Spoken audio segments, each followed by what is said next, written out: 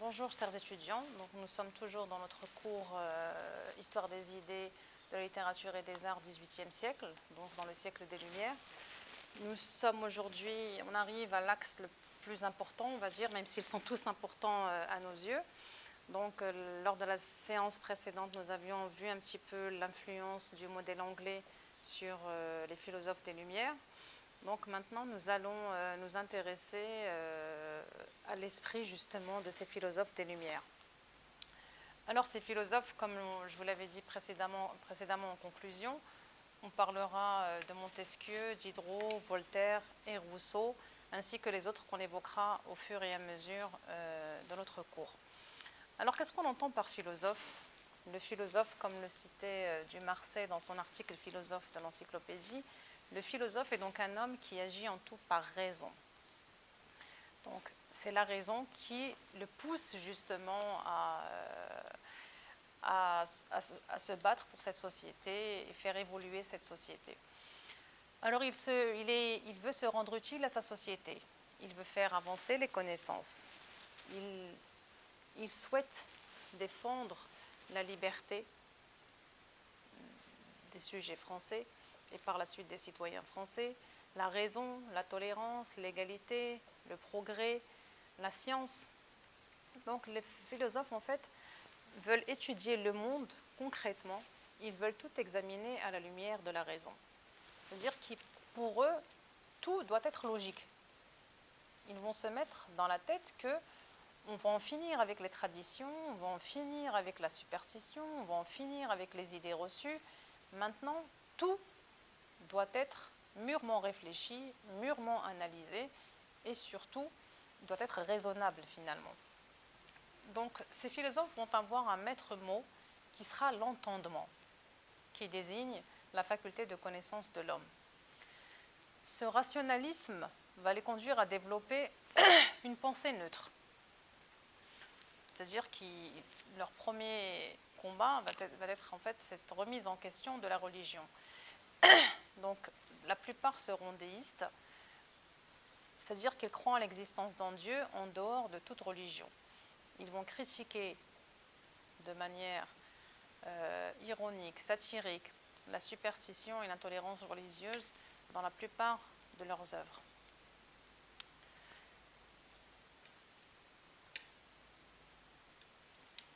Le philosophe n'est pas exclusivement homme de principes et de concepts.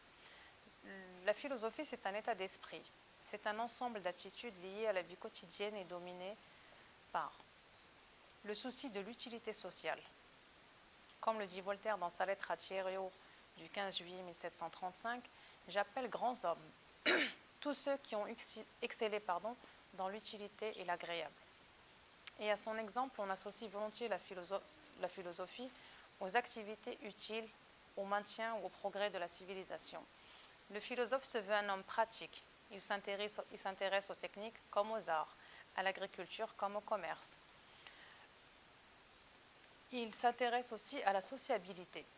Dumarsais affirmera du philosophe que la raison exige de lui qu'il travaille à acquérir les qualités sociables et qu'il ne soit pas en exil dans le monde. Extrait de l'encyclopédie.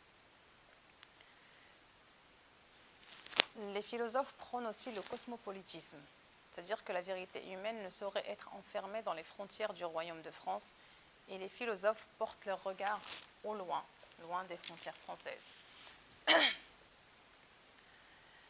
Donc ces philosophes vont avoir le mérite, justement, de contribuer au développement de la pensée française, de la civilisation française et de la culture française.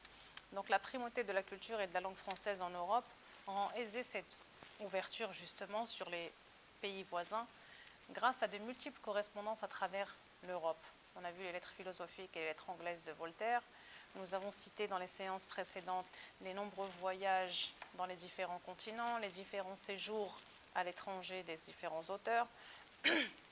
Nous pouvons citer par exemple les voyages de Montesquieu en Allemagne, Autriche, Italie, Hollande, les séjours de Voltaire en Angleterre, Rousseau qui est déjà natif de Suisse, etc.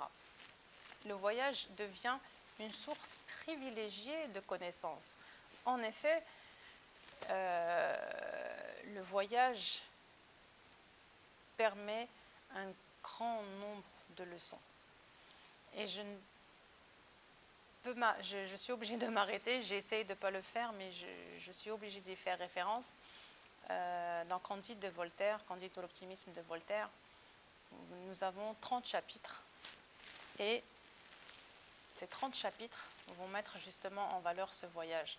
Nous avions un Candide, naïf au chapitre 1, qui ne connaît que ce qui se passe au sein d'un espace fermé, qui est le château de son oncle le baron. Mais une fois qu'il sera chassé du château, chaque chapitre, plus ou moins, correspond à une nouvelle expérience, à une nouvelle destination. Et chaque destination va le renforcer intellectuellement et socialement. Donc ce voyage, c'est un voyage initiatique, c'est un voyage plein d'enrichissement, de nouvelles cultures, de nouvelles civilisations et surtout de l'acquisition d'une certaine maturité dont fera preuve Candide tout au long de son récit initiatique. Donc, ces voyages vont permettre à ces auteurs de découvrir, d'écrire même sur les systèmes politiques des différents pays visités, sur les modèles sociaux des pays européens. Et bien sûr, je le citais tout à l'heure, c'est ce qu'on retrouve dans les lettres anglaises de Voltaire ou de l'analyse comparée de Montesquieu dans l'Esprit des lois, où justement ils évoquent les différents systèmes politiques et sociaux des pays européens.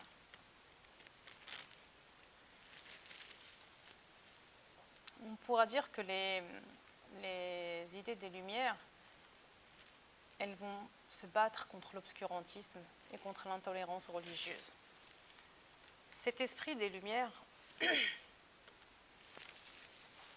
définit tout d'abord ce philosophe, cet homme qui s'engage et propose des solutions pour réformer le système politique. Car la réflexion critique permet de libérer l'homme de croyances reposant sur l'autorité ou la coutume. La tyrannie est ainsi une pensée comme indissociable de l'ignorance. Les Lumières n'ont pas de modèle, proprement dit. C'est ainsi qu'Emmanuel Kant les définit. Qu'est-ce que les Lumières ? La sortie de l'homme de sa minorité, dont il est lui-même responsable. Minorité, c'est-à-dire incapacité de se servir de son entendement sans la direction d'autrui. Minorité dont il est lui-même responsable, puisque la cause en réside non dans un défaut de l'entendement, mais dans un manque de décision et de courage de s'en servir sans la direction d'autrui. Donc dans cette citation, Emmanuel Kant met bien en lumière, pour justement jouer sur les mots, en lumière cette importance accordée à la raison et à l'entendement. L'entendement et la raison vont devenir les maîtres mots, d'accord, de cette philosophie des Lumières.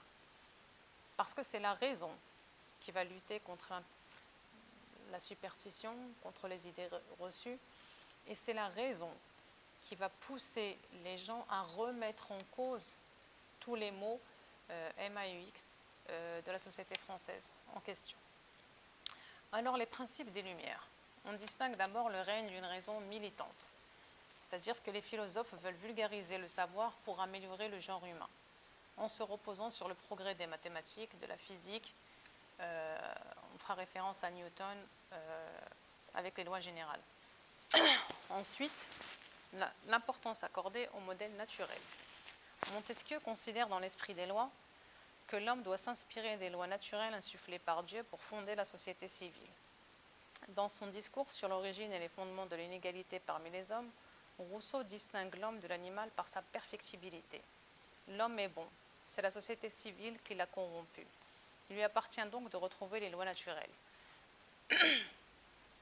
Principe suivant, et qui a toute sa place dans la philosophie des Lumières, aussi bien dans leurs esprits que dans leurs écrits, c'est la critique de la religion.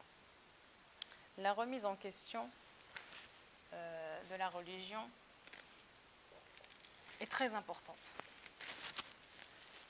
Elle est très importante dans la mesure où les philosophes rendent la religion responsable de tous les maux MAUX de la société. Elle ne contribue pas au développement de l'individu. elle ne permet pas l'épanouissement scientifique et culturel de l'individu. En fait, on lui reproche de déformer l'individu. Elle l'emprisonne dans un ensemble de pensées qui lui nuisent, tout simplement. Donc cette critique de la religion, elle ne cessera d'être évoquée dans les différents articles rédigés, dans les différentes œuvres de ces philosophes. Ils vont également critiquer la politique, bien sûr. La conscience du citoyen naît en sacrifiant son intérêt personnel au profit de l'intérêt collectif. Donc ici, on évoque Rousseau, qui développe cette idée dans le Contrat social, publié en 1762. Voltaire insiste sur les progrès de l'esprit humain. Il s'est battu pour la tolérance avec son traité sur la tolérance en 1763. Il se bat pour le respect de toutes les religions, pour un droit à la dignité humaine, contre le fanatisme et l'esclavagisme. Alors, quand on évoque Voltaire, le combat de Voltaire pour la tolérance religieuse, nous ne pouvons nous sommes obligés de faire référence à l'affaire Calas. Alors, Voltaire a pris la défense de Calas, qui a été accusé d'avoir tué son fils parce qu'il voulait se convertir. Et toute cette affaire, elle reflète un peu le combat de Voltaire contre l'intolérance religieuse et contre le fanatisme religieux. Donc, lorsqu'il rédige son traité sur la tolérance, c'est un traité qui se veut mettre en lumière justement le fait que chacun est libre de pratiquer la religion qu'il souhaite, que personne n'a le pouvoir d'obliger quelqu'un à pratiquer ou non une religion. Donc les Lumières ont deux sources essentielles, l'œuvre de Descartes et la libre pensée qui se développe en Angleterre.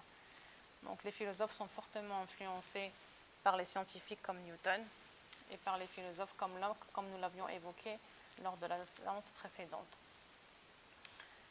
Ils prennent comme modèle le système politique anglais de monarchie parlementaire qui accorde une grande liberté religieuse et intellectuelle à ces sujets.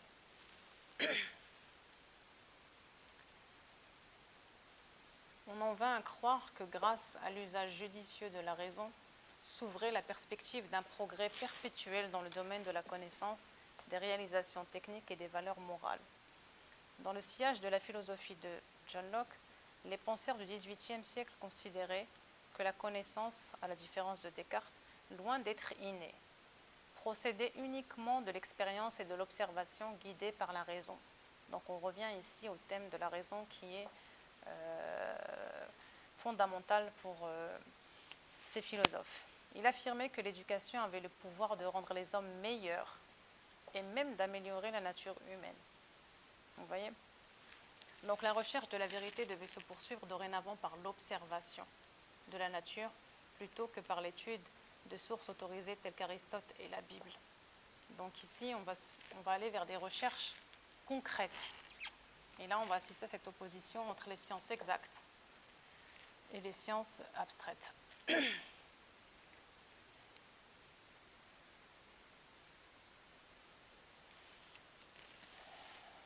S'ils voyaient dans l'Église, et en particulier dans l'Église catholique, la principale force qui avait tenu l'esprit humain dans le passé, la plupart des penseurs ne renoncèrent pas complètement à la religion, mais à une nouvelle forme de pratique religieuse.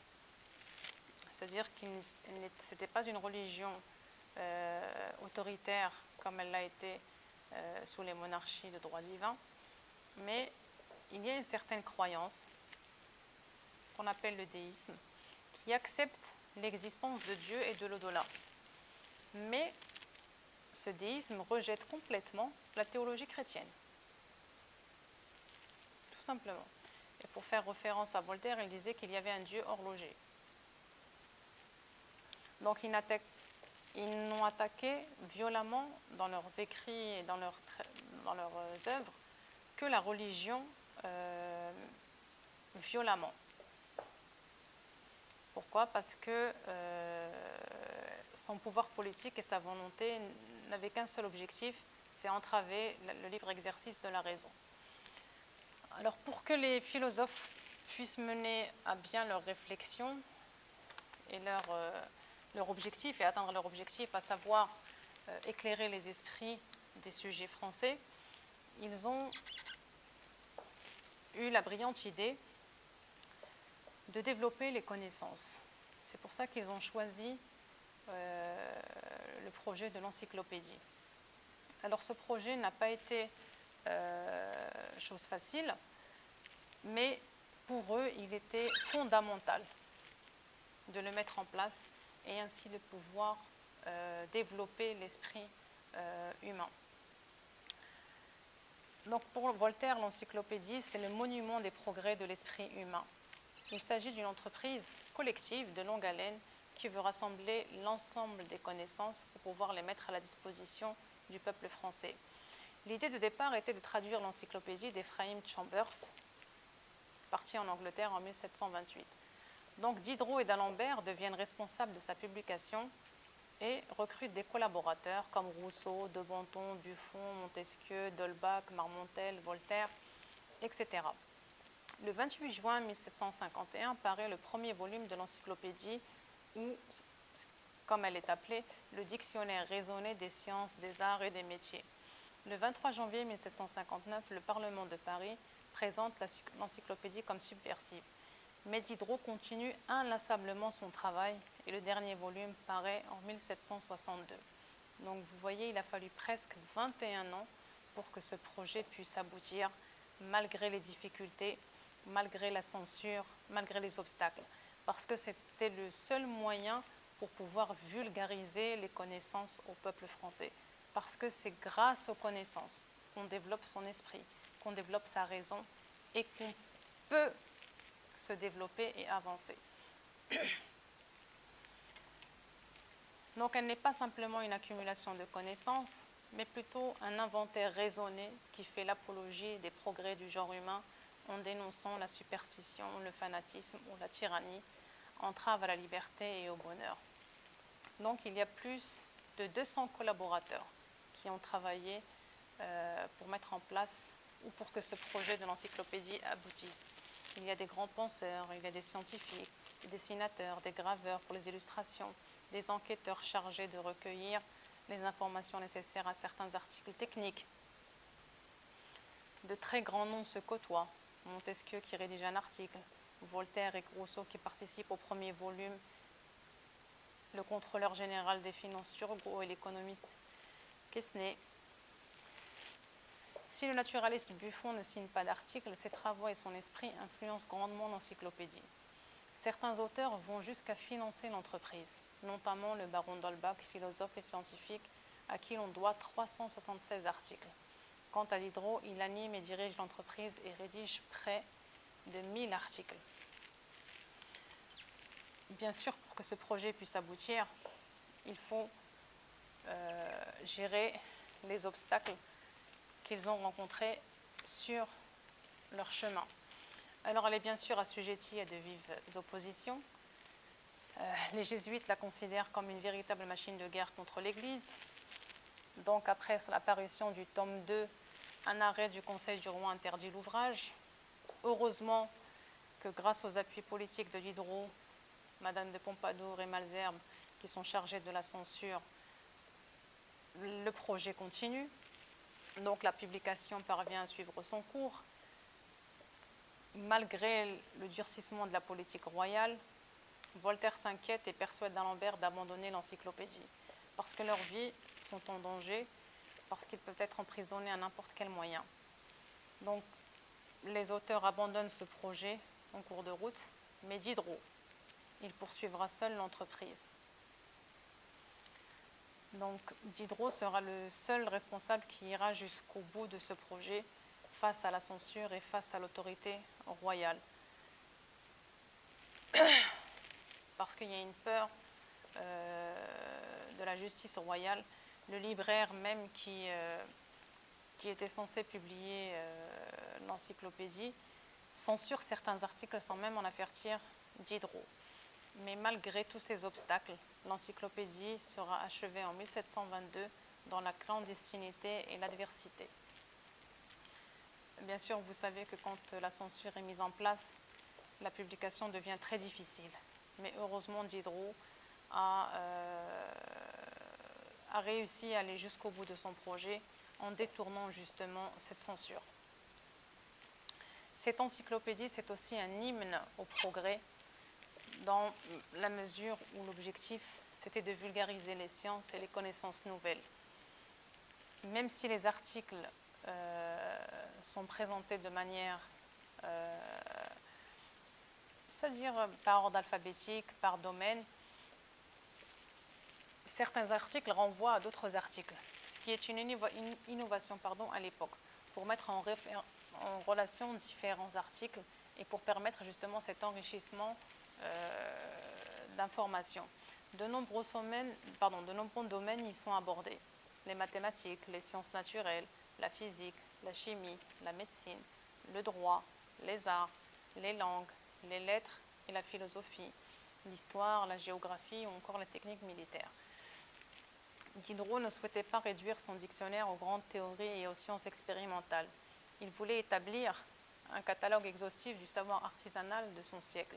De nombreux métiers de l'artisanat ou de l'industrie naissante sont illustrés dans les volumes de planches. Justement, c'est ce qui fait la particularité de cette encyclopédie, c'est que vraiment tous les domaines scientifiques, culturels, artistiques, artisanal, techniques, scientifiques étaient présents. Ils avaient élargi tous les domaines de connaissances. Ils n'avaient pas mis en priorité un domaine par rapport à un autre.